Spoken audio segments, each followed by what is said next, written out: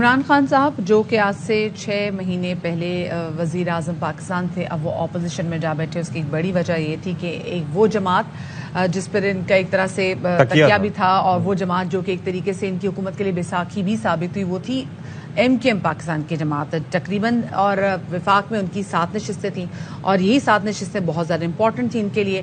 اور ان کا الحاق اس لیے ہوا تھا کیونکہ انہوں نے وعدہ کیا تھا کہ جی یہ کراچی کے لیے یہ منصوبے لائیں گے، کراچی کے لیے وہ کریں گے، جو مسنگ پرسنز ہیں ان کے لیے کچھ کام کریں گے. لیکن 3.5 سال میں جب کچھ نہیں ہوا تو پھر کیا ہوا؟ ایم کیو ایم وہاں سے نکلی، اور ایم کیو ایم نے اپنی جو بیساکھی ہے پھر وہ پی ڈی ایم کی جو جماعتیں ہیں، یعنی کہ وہ جو 11 جماعتیں تھیں اپنی بیساکھی ان کو دے دی، انہوں نے اپنی جماعت بنا لی، انہوں نے اپنی حکومت بنا لی.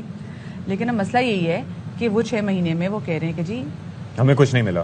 ہاں بتائیں. اور ابھی مسنگ پرسنز کے لیے دیکھا نا، ہم تو پوری اچھی خلوص نیت کے ساتھ گئے تھے، اور خلوص نیت کے ساتھ بس وزارتوں کے اوپر کچھ ڈیل ہوئی. کچھ آپ کو یاد ہوگا کہ گورنرشپ کا بھی سننے میں آ رہا تھا کہ کہیں ارادہ ہے، لیکن وہ ہوا نہیں. لیکن عوام کو کیا ملا اب میں کچھ کہہ بھی نہیں سکتا یہاں پر. تو بس یہ ہے کہ اب پھر یہ ہوگا کہ پھر ایم کیو ایم کی جانب سے کہہ دیا جائے گا کہ اب عوام بتائیں کہ ہم کیا کریں. جی عوام تو سوال کر رہے ہیں، لیکن اس کا جواب کہاں سے آئے گا؟ کیونکہ اب یہ دیکھ لیں کہ 3.5 سال پی ٹی آئی حکومت کی رفیق رہنے کے بعد جب پی ڈی ایم کا ساتھ دیا ایم کیو ایم نے، تو اس کے بعد عوامی بیکلیش کا بھی ان کو سامنا کرنا پڑا. اور پھر ظاہر ہے کہ جو اپنی عوام کی فلاح کے لیے ممکنہ طور پر جو خواہشات لے کر وہ گئے ہوں گے، لیکن وہ بھی وعدے وفا نہیں ہو سکے. اور ابھی دیکھیں جو ابھی 3 جو مسٹ شدہ لاشیں جو ملی ہیں، وہ جو رابطہ کمیٹی کے جو ارکان تھے جن کو تقریباً 3 سال پہلے ابڈکٹ کیا گیا تھا، اس کے بعد جس طریقے سے ایک نہیں بلکہ 3 جو لاشیں جو ساتھ میں ملی ہیں، تو وہاں پہ بھی جو ان کی فیملی سے مسنگ پرسنز کی فیملی، وہ بھی کافی زیادہ غم و غصے کا شکار ہے. اور جب اسپیسیفکلی ہم نے دیکھا کہ رانا ثناء اللہ ملنے کے لیے بھی گئے، تو وہاں پہ بھی جو ان کی فیملی تھی انہوں نے ان سے ٹھیک ٹھاک شکایتیں کی. لوگ خوش نہیں ہیں، لوگوں کو نہیں سمجھ میں آ رہا کہ ہو یہ رہا ہے کہ جن سے آپ وعدے کر رہے ہیں وہ تو آپ کے وعدے پورے ہی نہیں کر رہے، تو پھر آپ حکومت میں کیوں ہیں؟ اور ضامن کون کون بنا یہ بھی معاہدہ پڑھیں تو سمجھ آئے گا. کسی کے ضامن مولانا صاحب، شہباز شریف صاحب، کہیں پہ دوسرے ضامن بنے. کیا ہوتا رہا؟ عوام اس پہ کیا کہتے ہیں کراچی کے؟ دیکھیے ذرا. سال ہو گئے شہر پہ ان کو قابض ہوئے ہوئے. آپ دیکھ سکتے ہیں حال سیوریج کا حال، یہ روڈوں کا حال. یہ 35 سال رہے، ان کے 4 بار میئر رہے، مگر اینڈ میں جو جاتے ہوئے بھی ان کا ہی میئر رہا نا، وسیم اختر. اس نے کیا ہمیں دیا؟ تو ہم اس کو کس طرح ووٹ دیں؟ ہم اس کو کس طرح قابض رکھیں اپنے اوپر؟ ابھی تو M Q M Pakistan M Q M ہے کہاں؟ ابھی کوئی بھی اگر آپ ایک گٹر صاف نہیں کروا سکتے ہو یہ ایم کیو ایم سے، میں اپنے گھر کا گٹر صاف نہیں کروا سکتا یہ ایم کیو ایم سے. سینٹرل گورنمنٹ فنڈ دے گی تو کام کرے گی نا. دکھا دیتے ہیں میڈیا پہ بولتے ہیں، لیکن دیتا کوئی کچھ نہیں ہے. سنی جی، جو سیاسی صورتحال چل رہی ہے اس حوالے سے مزید بات کر لیتے ہیں. ہمارے ساتھ موجود ہیں سیاسی تجزیہ کار، سینئر اینکر پوسٹ نسرین صحافی عامر ضیاء صاحب، ان کو شامل گفتگو کریں گے. السلام علیکم عامر صاحب، اینڈ ویلکم ٹو باخبر سویرا. عامر صاحب، یہ کیا سچویشن آپ کو لگ رہی ہے؟ ہم نے تو آپ کے سامنے پیکج بھی رکھ دیا ہے، مطلب ایم کیو ایم پاکستان ایسا لگتا ہے خود بھی کنفیوز ہے، اور ووٹر تو اس کے کنفیوز ہو ہی گئے ہیں کہ بھائی کرنا کیا ہے. تو آپ کو کیا مستقبل لگ رہا ہے؟ آپ لوگوں نے اہم سوال اٹھایا، خصوصاً آپ کی جو رپورٹ ہے اس میں آپ دیکھیں کہ جو غلطیاں یا نادانیاں کہہ لیں تو اس کی بالکل آپ لوگوں نے کہتے ہیں چہرہ دکھا دیا. بات یہ کہ 1988 میں پہلی مرتبہ ایم کیو ایم نے پاکستان پیپلز پارٹی کے ساتھ معاہدہ کیا تھا، اور اس وقت سے لے کر جو بھی انہوں نے معاہدے کیے آج تک وہ معاہدے جو ہیں وہ پورے نہیں ہوئے. نون لیگ کے ساتھ بھی کیے، پی ٹی آئی کے ساتھ بھی کیے، لیکن ظاہر ہے کہ 18ویں ترمیم کے بعد جو ہے اختیارات، ان تینوں بڑی جماعتوں نے ان کے وعدے ہی نہیں پورے کیے. وہ نون لیگ نے، وہ ہم نے دیکھا، پیپلز پارٹی کا بھی دیکھا، ابھی بھی ان کی شکایتیں چل رہی ہیں. پھر پاکستان تحریک انصاف کا بھی ہم نے دیکھا، اس میں تو خیر ہم نے دیکھا کہ وہ اس وقت کے وزیر اعظم تو آئے بھی نہیں، اس وقت کے وزیر اعظم تو پھر چلے گئے تھے حیدرآباد. یعنی کہ اتنی معصومیت ہے کہ کہیں سے سچا پیار نہیں ملا. بالکل درست کہہ رہے ہیں، لیکن اصل بات یہ کہ 18ویں ترمیم کے بعد جو ہے سارے اختیارات وہ ہیں سندھ حکومت کے پاس، اور اگر باقی حکومت مدد کرنا بھی چاہے تو بہت ہی لمیٹڈ کیپیسٹی میں کر سکتی ہے. تو وہاں پر آپ ایک بینیفٹ آف ڈاؤٹ دے سکتے ہیں پی ٹی آئی کو. اصل مسئلہ ہے جو ہے تمام تر اختیارات جو ہے صاحب اختیار ہے وہ یہاں پر پاکستان پیپلز پارٹی ہے.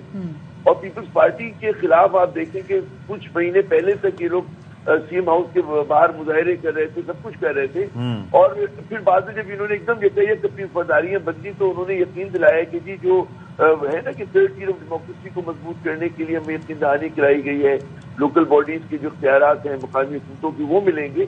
لیکن ظاہر ہے کہ وہ اس کی جو آپ دیکھیں نا ایکسپوز کس طرح ہوئے کہ جب الیکٹرک کے ذریعے میونسپل ٹیکس کلیکٹ کرنے کا فیصلہ کیا گیا 3 ارب کے، اس چھوٹے سے معاملے میں ایم کیو ایم کو نہیں پوچھا گیا اور ایم کیو ایم اپنے تحفظات کے اظہار کرتی رہی، تو اس سے آپ کو نظر آ جائے گا کہ چاول کا ایک دانہ دیکھ کر کہ ایم کیو ایم جو ہے اس کو ایک مرتبہ پھر بہت بری طرح سے استعمال کیا گیا۔ کراچی کا عالم یہ غور سے سننے کی بات ہے کہ 2010 میں اگر سندھ حکومت کو این ایف سی کے ذریعے اور جو اپنا ان کا مقامی ٹیکس ہوتا ہے سندھ ریونیو بورڈ کا 327 ارب یہ لوگ ریز کرتے تھے، تو اس وقت کراچی کو 50 ارب کا جو تھا کے ایم سی کو پیسے ملے تھے۔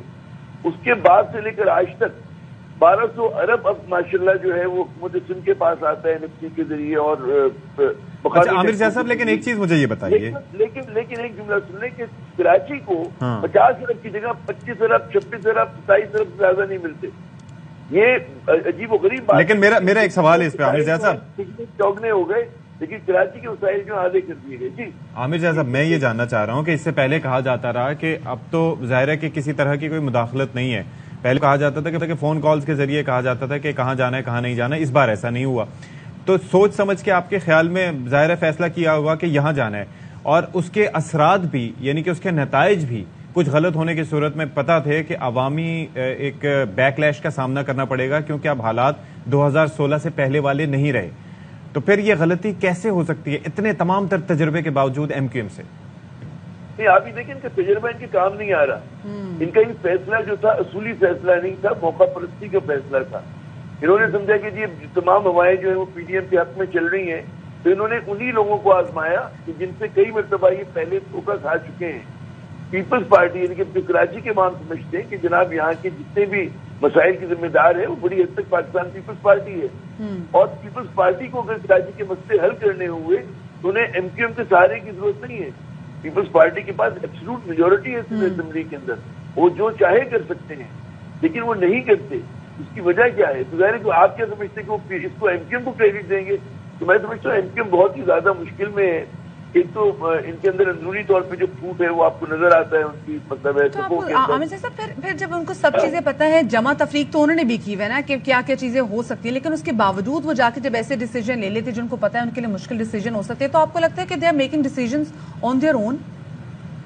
میرے خیال میں جو ہے کہ بزرگ جو ہیں ان کو کچھ ایڈوائز کر رہے ہیں، اور وہ بزرگ کون ہے وہ میرے خیال میں ان کو بتانا چاہیے، کیونکہ جب بھی ان کو کوئی فیصلہ کرنا ہوتا ہے پارٹی کے والے سے کہتے ہیں کہ بزرگ جو ہیں ہمارے اس بات پہ راضی ہیں اور اس بات پہ راضی نہیں ہیں، تو وہ ہمیں پتہ نہیں چلا کہ ان کے بزرگ ہیں کون اصل میں، کہ کن کے کہنے پہ فیصلے ہو رہے ہیں۔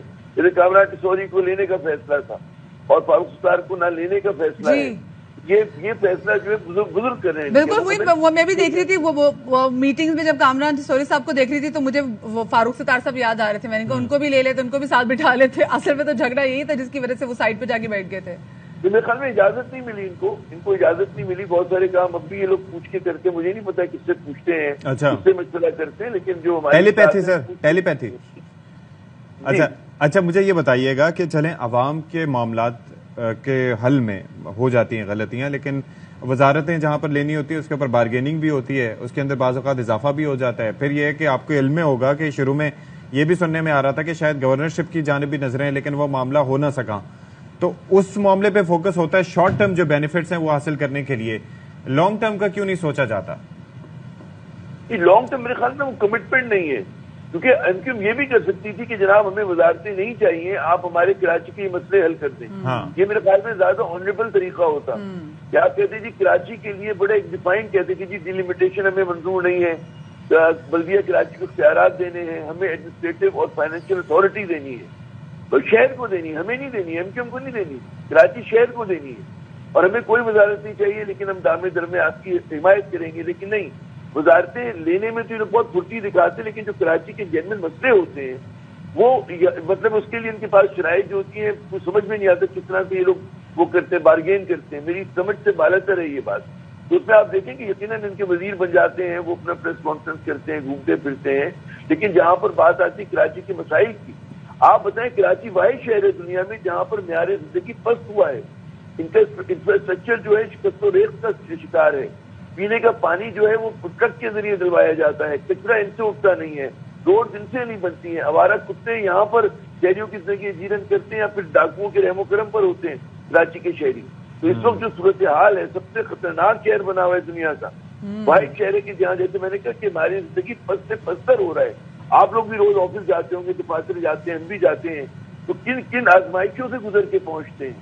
تو یہاں پر کیا ایم کیو ایم کو جو کردار ادا کرنا چاہیے تھا اور جو اصولی طور پر ان کو بارگیننگ کرنی چاہیے تھی، میرے خیال میں انہوں نے اس کی نفی کی ہے، جس کا نقصان وہ بارگین کیسے ہوگی جسٹ فار انڈرسٹینڈنگ؟ مطلب 3.5 سال میں جو ان کی نہیں سنی گی تو ہم کیوں ایکسپیکٹ کر رہے ہیں کہ ان 6 ماہ میں ان سے سنی جائے گی؟ آپ دیکھیں 6 مہینے تو گزر گئے، کسی بھی وقت وہ 3.5 سال بھی گزر گئے تھے. ہاں، اور کسی بھی وقت الیکشن کا سبب بچ جائے گا تو پھر ان کی ضرورت نہیں رہے گی، پھر ان کے پاس کوئی نہ جائے رفتن ہوگی، نہ پائے ماندن ہوگی ایم کیو ایم کے ساتھ. تو ایم کیو ایم بہت ہی مشکل میں، ایم کیو ایم حیدرآباد جو ہے، اور ان کے جس طرح کے بھی فیصلے ہوئے میرے خیال میں اس سے کراچی کے شہری بہت ناخوش ہیں، کیونکہ جو پڑھا لکھا پاکستان ہے، محنت سے پاکستان ہے، کوپریٹ پاکستان ہے، اس کو پتہ ہے کہ جی سندھ جو ہے بڑا مس مینج ہو رہا ہے، اور اس میں مس مینج کے اندر یہ ایک مرتبہ پھر کیونکہ پیپلز پارٹی کے دامن سے انہوں نے اپنے آپ کو باندھ دیا ہے، تو اس کا نقصان پیپلز پارٹی کی تو بڑی کیپٹیو کانسٹیٹوئنسی ہے دیہی سندھ کے اندر. اللہ رحم کرے سر، اللہ رحم کرے سر. اب تو یہ ہے کہ حالات ہر طرف ہی خراب ہوتے جا رہے ہیں. وہ کل چودھری صاحب ہمیں بتا رہے تھے کہ پنجاب میں بھی کچرے کی صورتحال آئے دن ہر گزرتے دن کے ساتھ خراب ہوتی جا رہی ہے، وہاں پر بھی کچھ پچھلے سال کے بھی پچھلے کئی سالوں سے پنجاب کا برا حال ہے. بہت شکریہ جی. عامر ضیاء صاحب ہمارے ساتھ موجود ہیں اور بات کرتے کراچی کی صورتحال کے حوالے سے. اور دیکھیں جو ساری سچویشن ہے اس میں یہ ہے کہ جب کراچی کے عام جو مین سٹیک ہولڈرز ہیں جب وہ دیکھ رہے ہیں کراچی والے، ان کی طرف دیکھنے کے بھی وہ ہمارا کراچی اب نہیں دیکھ رہے، اب تو انہیں سمجھ نہیں آ رہا کہ وہ کس کی طرف دیکھیں. اسی وجہ سے ہم نے دیکھا نا کہ نہیں نکلے بھی، 45 کے الیکشنز میں نہیں نکلے.